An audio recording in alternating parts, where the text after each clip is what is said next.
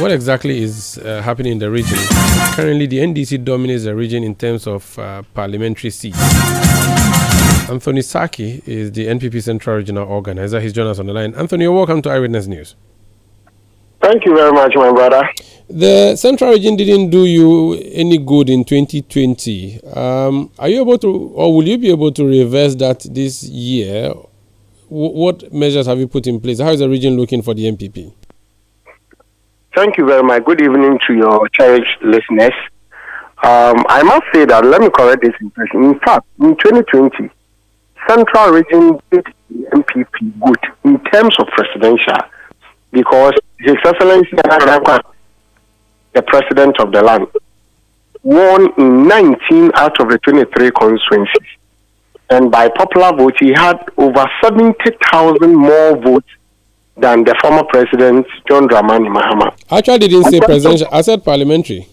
Yeah, so in terms of parliamentary, we had 10 seats and then they had 13 seats. Going into the 2024 elections, my brother, for now, the outlook is very bright. On any day, should the elections be held today, the NPP will win more seats than the NDC in the Central Region.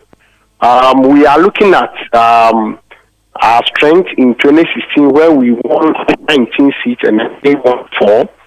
Our projections are that we are not going below a maximum of 15 seats. That is what we are looking at.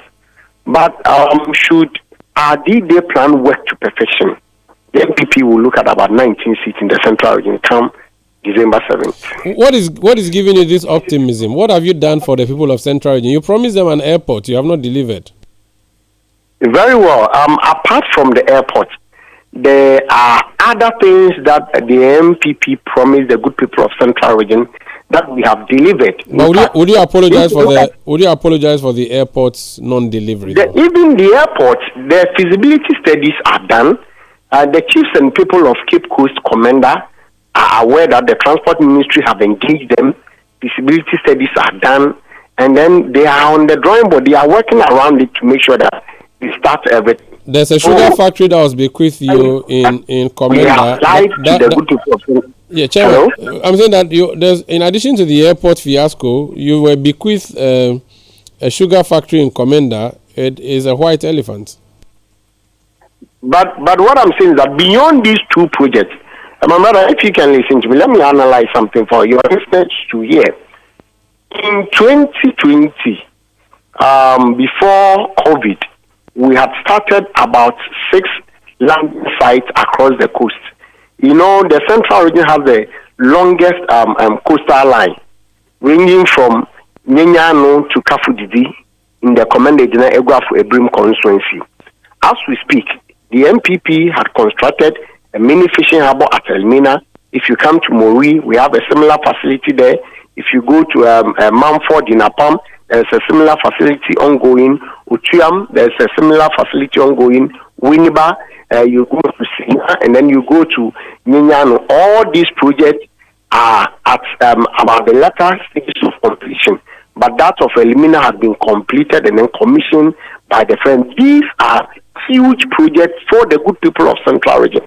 Beyond that, you can clearly see that from Kaswa down to Winneba, this dualization of the road is something that is going to benefit the region. And so the good people of Central Region are looking at these projects. Apart from that one, you come to most of our constituencies and we have major roads that are being tarred. We've seen facelifts. If you come to Cape Coast proper, we have a lot of roads that have been constructed through there was this program, Sino Hydro Deal. We had our own share in Cape Coast North, UCC area. We have a lot of roads that have been constructed. Now you also look at sea defense. As I said, Central Region has the longest coastal line. And then this government has made sure that we have sea defense spanning from Commander down to HR, and then we're also constructing the sea defense. Finally, the running mate of the NDC is from your region. Surely she would pull a lot of votes, fancy votes, and that should be something that should scale. Not really, because if you look at her impact in the 2020 elections, her impact was very negligible, because when it comes to the presidential, that is where her impact was to be felt.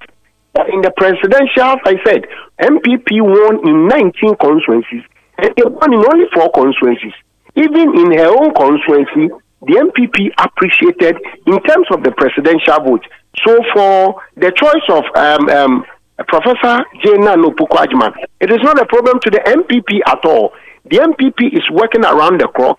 We knew what we did in 2016 to give us the vote, and we are on a similar path, winning majority vote in the 2020 election. In fact, all polls, and the NDC know that polls that have come so far favors the MPP. The people who voted for the NDC MPs to go to parliament from the year 2020, they have regretted, because virtually they went to parliament, they did nothing in their constituencies, and so the people are now going to vote against them, because they've wasted the other. You go to Small of Mbrakwa, you go to Aguna East, you go to Commander Edina Egwafwebrim, you go to Upper Dinsha West, you go to Chufu Etimokwa. These are constituencies, Cape Coast North. These are constituencies that people entrusted the constituencies into the hands of the NDC MPs, and the MPs failed them woefully. So now they've seen the light. They are going to vote for the MPP, and as I said, everything points to the fact that come December 7th on Saturday, the MPP is not winning less than 15 seats in the central region. Thank you. I believe strongly that yourself and your team after December 7th for us to attest to the fact that indeed whatever I said on your show has come to pass. Thank you very much. Thank you so much for speaking to us. That's Anthony SACKEY. He's NPP Central Regional Organizer. We had actually scheduled to speak to the NDC Central Regional Chairman,